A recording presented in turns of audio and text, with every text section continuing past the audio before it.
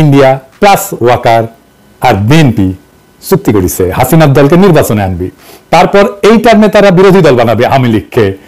BNP তো লেজে করে ফেলবে প্রথম টার্মেই, তাইলে পরের টার্মে কনফার্ম পাওয়ারে আসবে আওয়ামী লীগ। বিএনপি নিয়ে কিছু কভার চাই না, ঝাঁপে পড়ে একেবারে হামার উপরে বিএনপির লোকেরা। এইভাবে ঝাঁপে পড়তো আওয়ামী লীগ, হিন্দুত্ববাদী, বাঙ্গু প্রগতিশীল আর বামেরা আমার উপরে। সেদিন বাগে খেয়েছে, কিন্তু আমি তখনই কইছিলাম বিএনপির মধ্যে একটা প্রগতিশীল বিএনপি আছে, ওই প্রগতিশীল বিএনপি খাবি বিএনপি। তাই হচ্ছে সেই ইনটিউশন থেকে, সেই বুঝ থেকে, সেই আক্কেল থেকে আমি মনে করি বিএনপির কোনো রাজনৈতিক ভবিষ্যৎ নাই, যদি না সে নিজের রাজনৈতিক লাইন বদল না আনে। আরো স্পষ্ট করে বলি, বিএনপির ভারতমুখী লাইন যদি তারা না ছাড়ে, তাহলে ক্ষমতা আসা তো দূর কি বাত, দল থেকে কিনা দেখেন বিএনপির রাজনৈতিক ভবিষ্যৎ না থাকে তাহলে কে আসবে?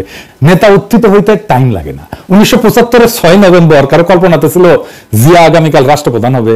আগস্ট মাসে 5 তারিখে কেউ জানতো যে পরের 7 মাসের মধ্যে অতি জনপ্রিয় একজন রাষ্ট্রপ্রধান হবেন বাংলাদেশে? ইতিহাস তার নেতা তৈরি করে, নেতা তৈরি থাকে না, রাজনৈতিক দলও তৈরি থাকে না। সাধারণত দেখা যায় তৈরি রাজনৈতিক দল রাজনৈতিক পরিবর্তনের নেতৃত্ব দিতে পারে না। 24শে বিপ্লব তার সাক্ষী। এই যে এত ঘটনা ঘটতে যাইতেছে, তার প্রতিক্রিয়া বিএনপি নেতারা উন্মাদ হয়ে গেছে। উন্মাদ হয়েছে কচু খেতিরা। কচু খেতি কারা জানেন না? কচু খেতিদের আজকে ধর্ম না, পিনাকি যারা সুইসে তারা জয় বাংলা করতে পারে নাই এমন উদাহরণ আছে, কিন্তু বেশি না, অল্প। কচু খেতিদের জয় বাংলা করাটা 1-2 এর ব্যাপার। জয় বাংলা করতে বেশি জিনিস লাগে না, যা লাগে অলরেডি হাতে আছে, টাইম মতো ধর্ম। কচু ক্ষেতের কচু ঢুকায় দেবো একেবারে। কচু খেতে চিনিচ্ছেন না? কচু ক্ষেত আমাদের আয়নাঘর বিশেষজ্ঞ ডিজিএফআই এর অফিস। এই কচু ক্ষেতের কিছু টাকা খাওয়া ফেসবুকার আছে, অনুসন্ধানী সাংবাদিক আছে, ওদের লাগাই দেওয়া হয় ওয়াকারের কেউ কিছু কইলেই, বুঝছাও? এই ডিজিএফআই এর ভাড়া খাটা মালগুলোর কচু খেতে বলা। মঈন সাহেব আমেরিকাতে গেছেন বাংলাদেশ নিয়ে আলাপ করতে, রাগ ঢাক কইরে না, পত্রিকাতে আসিছে, খবর আসিছে। কয়দিন আগে মির্জা ফখরুল সাহেব বলছিলেন আমরা ভারতের পক্ষেও না, পাকিস্তানের পক্ষেও না, আবার আমরা আমেরিকার পক্ষেও না, ইংল্যান্ডের পক্ষেও না, আমরা বাংলাদেশের পক্ষে। বুঝলাম। তো এখন আমেরিকা যাইতেছেন কেন বাংলাদেশ নিয়ে আলাপ করতে? আমেরিকার সাথে বাংলাদেশের ভাগ্য নিয়ে আলাপ করতে হবে কেন? পত্রিকায় কইতেছে বাংলাদেশ পরিস্থিতি নিয়ে মার্কিন কর্মকর্তাদের সঙ্গে বৈঠকের জন্য যুক্তরাষ্ট্রের ওয়াশিংটন ডিসিতে অবস্থানরত মঈন খান বলেন। তারপরে কিবা কইছে আর কি, ইংরেজি যেহেতু কইছে ঠিকই কইছে। বাংলাদেশ পরিস্থিতি মানে কি? মানে বাংলাদেশে কি হয়েছে যাতে আমেরিকার সাহায্য লাগবে? এখানে রয়টার্স এর ব্যাপারটা বলি, এটা রয়টার্স এ ছাপা হয়েছে, বুঝছাও? এটা দেখান এডিটর সাহেব, এটা রয়টার্স দিল্লি, ভালো করে দেখা দেন এডিটর সাহেব, আসল রয়টার্স না, এটা রয়টার্স দিল্লি। এখান থেকে রুমা পাল বলে একজন ছিল, হাসিনার ফেসিবাদকে সার্ভিস দিয়ে গেছে, এইটা রয়ের মাউথপিস। সে বলতেছে ইংরেজি যেহেতু কইছে তাহলে ঠিকই কইছে, তাই না? কইতেছে an unelected interim government led by Nobel Peace Prize laureate Mohammad Yunus has been running the South Asian country of 173 million since August after deadly student-led protest forced Prime Minister Sheikh Hasina, a long-time India ally, to flee to New Delhi. মানে হইতেছে professor ইউনূসের সরকার unelected, অনির্বাচিত। দেখলেন তো? এইবার শোনেন মির্জা ফখরুল কইতেছে unelected সরকার আর unelected সরকারের শক্তির মধ্যে অনেক পার্থক্য আছে। শুনছেন কেমনে রয়ের মাউথপিস রয়টার্স দিল্লি আর মির্জা ফখরুলের কথা একই হয়ে যায়, একই জায়গা থেকে আসে জিনিসগুলা। অবাক লাগে না আপনাদের? কিভাবে ইন্ডিয়ার ইনক্লুসিভ ইলেকশন আর ওয়াকারের ইনক্লুসিভ ইলেকশনের কথা একই হয়ে যায়? দেখি চাও তো মির্জা ফখরুল আরো কিছু কথা কইছে, আসেন শুনে দেখি। সে কইতেছে ইলেক্টেড সরকার হলে সেটা শক্তিশালী সরকার হবে, নির্বাচন হলেই জনগণের সমর্থন পাবে, সেই সরকারটার শক্তি আর একটা আনইলেক্টেড সরকারের শক্তির মধ্যে অনেক পার্থক্য আছে। খারাপ মির্জা ভাই, হাসা লাগবে। আমি না ঘোড়ায় হাসতেছে। শুনেন হাসিটা শুনেন। শুনেছেন আপনার কথা শুনে আজকাল ঘোড়ায় হাসে। নির্বাচিত সরকার হলে শক্তিশালী সরকার হয়, তাহলে ৭ সরকারকে ৫ লাঠি দিয়া খেদা এরশাদ ক্ষমতা নিল কেমনে? নির্বাচিত সরকার ছিল না, মেলা ভোট পেয়েছিল। খালেদা জিয়ার প্রথম টাইমে হাসিনার দল ১৮০ দিন হরতাল আর নৈরাজ্য করলো কেমনে? ইলেক্টেড সরকার ছিল না ওই সময় খালেদা জিয়ার সরকার। 111 হইলো কেমনে? কার ক্ষমতা থাকার টাইমে? বিএনপি ক্ষমতা টাকার টাইমে না? নির্বাচিত সরকার ছিল না, ঠেকাতে পারলেন না কেন? ৬৪ জেলা বোমা হামলা ঠেকাতে পারলেন না কেন? জিয়া কি ইলেকশনে ক্ষমতা এসেছিল? ওনার সরকার কি দুর্বল ছিল? হ্যাঁ, যখন ইলেকশন করেছে তখনই উনি দুর্বল হয়ে গেছেন। আর রয়টার্সরা বলি, শেখ মুজিব কি ইলেক্টেড প্রেসিডেন্ট ছিল বাংলাদেশের? নেহরু কি ইলেক্টেড প্রাইম মিনিস্টার ছিল 1947 থেকে 1951 পর্যন্ত? লেনিন কি ইলেকশন করে ক্ষমতা নিছিল? মাও সেতুং কি ইলেকশন করে ক্ষমতা নিছিল? বাংলাদেশের ইলেকশন নিয়ে এত মাথা ব্যথা কেন তো করে? সরকারের বৈধতার জন্য ইলেকশন জরুরি না। ক্ষমতাকে অভিষিক্ত হইতে হয় জনগণের ভালোবাসায়, সমর্থনে। 1975-এর 15ই আগস্টে সোহরাওয়ার্দীর বডিগার্ড জয় বাংলা হওয়ার পরে জনতা পথে নামে আসা অভিষিক্ত করেছিল নতুন ক্ষমতাকে। প্রফেসর ইউনূস ছাত্র জনতার রক্তাক্ত বিপ্লবের মধ্যে দিয়ে ক্ষমতা এসেছে। উনি জনতার রক্তে, কান্নায়, ত্যাগে, ভালোবাসায় অভিষিক্ত। উনি আমাদের সুপ্রিম কমান্ডার, উনি আমাদের রাষ্ট্রের অবিসংবাদিত নেতা। তো এই রয়টার্সের প্রতিবেদনে বিএনপি কইছে নির্বাচন ডিসেম্বরের পরে গেলে অস্থিরতা তৈরি হতে পারে। হ্যাঁ, সতর্ক করিছে নাকি? বিএনপির লোকেরা একটা কাটপিস করে আমার ভিডিও বানিয়েছে আমার বক্তব্য নিয়ে, যে আমি কইছি বিএনপি একটা গণতান্ত্রিক রাজনীতি করা দল, নির্বাচন তো চাইবেই। কত সত্য আমি এটা বলছি, কথাটা আমি এখনো বলি।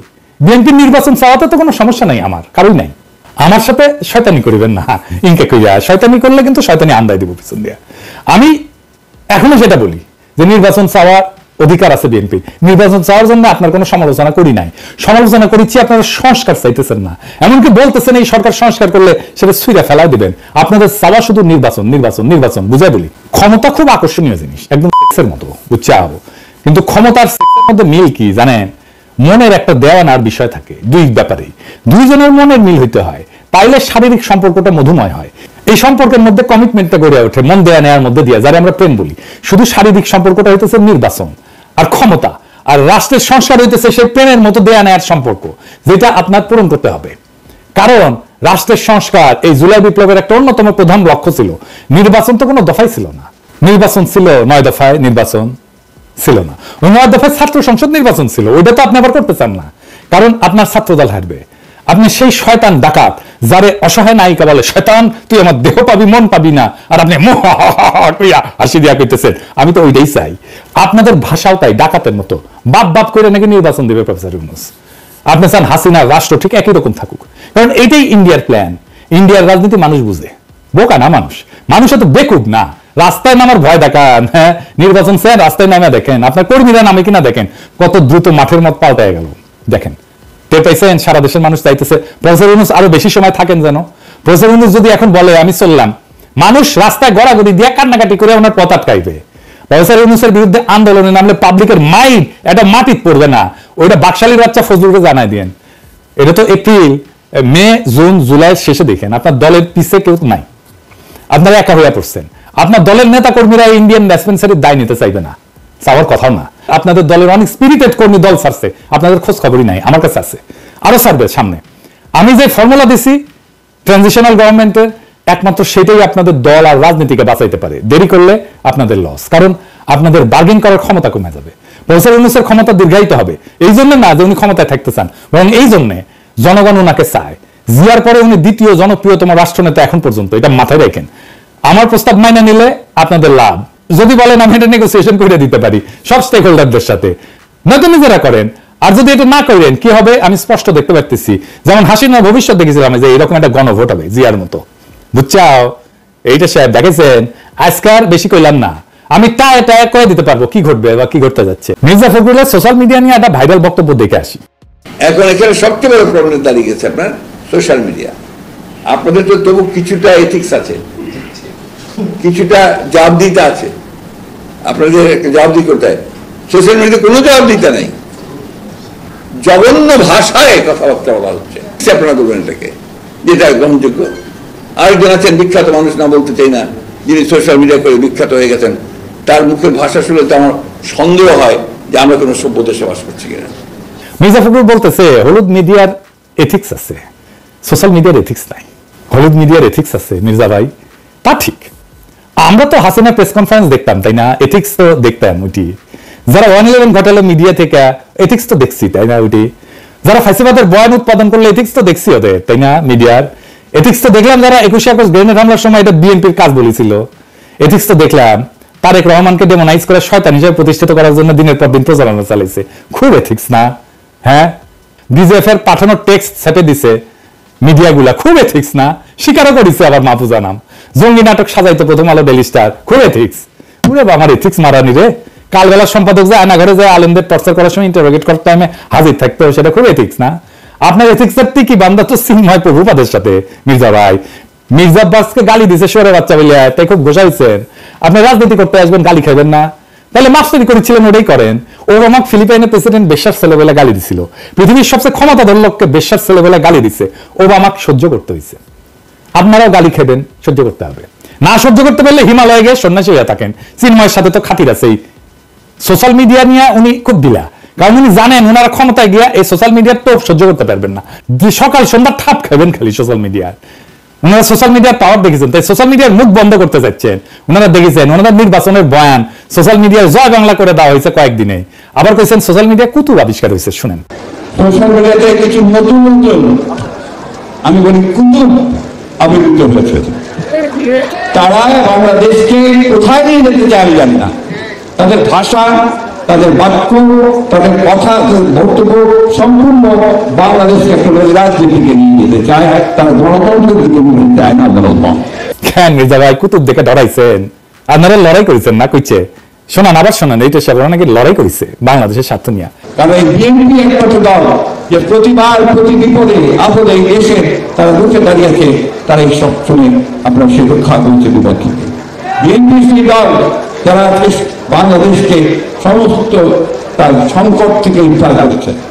গপ্প মারান, দেশকে উদ্ধার করেছেন, গপ্প মারান। ছাত্ররা রুখে না দাঁড়ালে আমাদের আজকাল শুনতে হইতো ঈদের পরে তীব্র আন্দোলন গড়ে তুলব। হ্যাঁ, সারা দেশের মানুষ আপনাদের দিকে তাকাইছিল। 2018 সালে নির্বাচনে গেলেন, ন্যূনতম প্রতিরোধ গড়ে তুলতে পারলেন না আওয়ামী লীগের বিরুদ্ধে। পিটাইলো মাঠ ছেড়ে হাঁপালাইলেন আপনারা। 2023-এর 28 অক্টোবর প্রাণের ভয়ে রুখে দাঁড়াইতে পারেন না। আপনার দলের নেতা মির্জা আব্বাস বলতেছে আবার এখন আর্কিলিস হয়ে গেছে মির্জা আব্বাস, প্রাণের ভয়ে দাঁড়াইতে পারে নাই। আপনার দলের কর্মীরা জান দিছে, গুম হয়েছে, জেলে গেছে, দেশ ছাড়া হয়েছে, আপনারা আরামেই ছিলেন। নেতারা কিচ্ছু করেন নাই, কিচ্ছু করেন নাই। 5ই মে হেফাজতকে ফেলাইয়া রেখে চলে গেছেন। ভুলি নাই এই বিশ্বাসঘাতকতা। আপনাদের কথা ছিল আপনারা খালেদা জিয়ার নেতৃত্বে অবস্থান নেবেন। ম্যাডাম খালেদা জিয়া খাবার দাবার কাপড় চোপড় নিয়ে প্রস্তুতি নিয়ে আসছিলেন, আপনারা ম্যাডামকে ফেরত পাঠিয়ে দিচ্ছেন। ওই 5ই মে হাসিনার পতন হয়, যদি আপনারা ওনাদের না ফেলায় চলে যেতেন। কোনোদিন সরি বলেন নাই। মানুষজনকে গণহত্যার মুখে ফেলায় চলে গেছেন, আজ আসছেন কুতুব বলতে। আপনার দলের কর্মীদের আমরা উদ্বুদ্ধ করে রাখছি, দিনের পর দিন বয়ান তৈরি করছি, একের পর এক। আপনারা একটা বয়ানও তৈরি করতে পারেন নাই। রাজনৈতিক বুদ্ধিবৃত্তিক সাংস্কৃতিক ফাইট চালাই গেছি দিনের পর দিন, খায় না খায়। আপনাদের বক্তৃতায় আমাদের নাম আসছে প্রকাশ্যে, আমার নাম নিয়ে আপনি বক্তৃতা করছেন মির্জা ভাই নিজে হাসিনার আমলে। এখন কুতুব বলেন আমাদেরকে। পরিবর্তন কখনো কারোর জন্য অপেক্ষা করে না, বুঝছাও? সময়ের স্রোতে সবকিছু বদলায়। আপনার মতো যাদের মেরুদণ্ড ভেঙে গেছে ইন্ডিয়ার সামনে ধরে, তারা সেটা মেনে নিতে পারে না। সমাজ যখন অন্যায়ের বিরুদ্ধে কথা বলা শিখে যায়, তখন পুরানো প্রতিষ্ঠানের ভিত্তি ক্যাপে ওঠে। আপনারও ভিত্তি ক্যাপে উঠছে। সত্যের মুখোমুখি হতে সাহস লাগে মির্জা ভাই, আর সেই সাহসের অভাবেই মুখ খারাপের অভিযোগ তোলেন আপনারা। যারা বছরের পর বছর জনগণকে শুয়ারের মতো শাসন করে গেছেন আপনারা, তাদের শুয়ারের বাচ্চা বলারা খুবই সত্যি কথা, খুবই ন্যায্য কথা। পরিবর্তন যখন দরজায় করা নাড়ে, তখন যারা বছরের পর বছর সুবিধার গতি আগ্রাইছিল, তাদের আরাম আয়েশের পৃথিবী কাঁপা ওঠে। তাদের সেই আরামের কুহক ভেঙে যাওয়ার কষ্ট এখন স্পষ্ট হয়েছে। আপনারা অভ্যস্ত ছিলেন মানুষকে মুখ বুঝে সহ্য করতে দেখতে। আপনাদের অন্যায় আর ভণ্ডামির বিরুদ্ধে কেউ কথা বলবে না, মুখ খারাপ করবে না, কিন্তু দুনিয়া বদলায় গেছে। আজকের এই সোশ্যাল মিডিয়ার যুগে প্রত্যেকটা কণ্ঠ স্বাধীন, প্রত্যেকটা প্রতিবাদ জোরালো।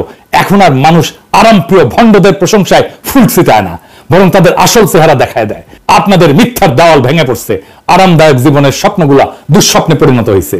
যাদের সবসময় সম্মানের মুখোশে ঢাকা ছিল মুখ, আজকে তাদেরই মুখোশ খুলে গেছে একেবারে। সোশ্যাল মিডিয়া সেই আয়না যেখানে জনগণের ক্ষোভ প্রতিফলিত হয়, আর সেই আয়নায় নিজেদের কদর্য চেহারা দেখা আপনারা উন্মাদ হয়ে উঠছেন। আপনারা যে কমফোর্ট জোন বানাইছিলেন, সেটা ভেঙে যাওয়ার তীব্র যন্ত্রণায় আপনাদের ঘুম চলে গেছে। মুখ খারাপের দোহাই দিয়া সেই বাস্তবতাকে মুছে ফেলা যায় না মির্জা ভাই। নিজেদের তৈরি আরামের দুনিয়া ধৈসা পড়ছে, কারণ সাধারণ মানুষ আর ভণ্ডামি মেনে নিতে রাজি না। সমাজের মুখ বন্ধ করার দিন শেষ। এখন শুয়োরদের আয়নায় নিজেদের মুখ দেখতে কষ্ট হয় আপনাদের, তাই চিৎকার করে বলেন মুখ খারাপ, মুখ খারাপ। ভুয়া রাজনৈতিক কথাবার্তায় পরিবর্তন আসে না। 70 দশকের মঞ্চ কাঁপানো কথায় পরিবর্তন আসে না। এখন সময় কাজ কইরা দেখানোর, সমাধান দিয়া দেখানোর সময়। আপনাদের সময় আসছে এই পরিবর্তন মাইনা নেওয়ার। ক্ষমতার দম্ভ আর ভণ্ডামি দিয়ে আর কতদিন টিকবেন? পরিবর্তনের হাওয়া চলমান। রুখে দাঁড়ানোর সাহস যাদের আছে, তাদের কণ্ঠ চিরকাল উচ্চারিত হবে। এই চিৎকার, এই আর্তনাদ, এইটাই সেই ভেঙে যাওয়া দুনিয়ার প্রতিধ্বনি। আর এই প্রতিধ্বনি বলে দিচ্ছে যে পরিবর্তন অবশ্যম্ভাবী। আপনাদের দম্ভের গম্বুজগুলো একে একে ভেঙে পড়বে, আর সেইখান থেকে বেড়ে আসবে এক নতুন বাংলাদেশ, যেখানে সত্য বলার সাহস কেউ কোনোদিন হারাবে না। আপনাদের সামনে সত্য উচ্চারিত হবে মুখ খারাপ দিয়াই।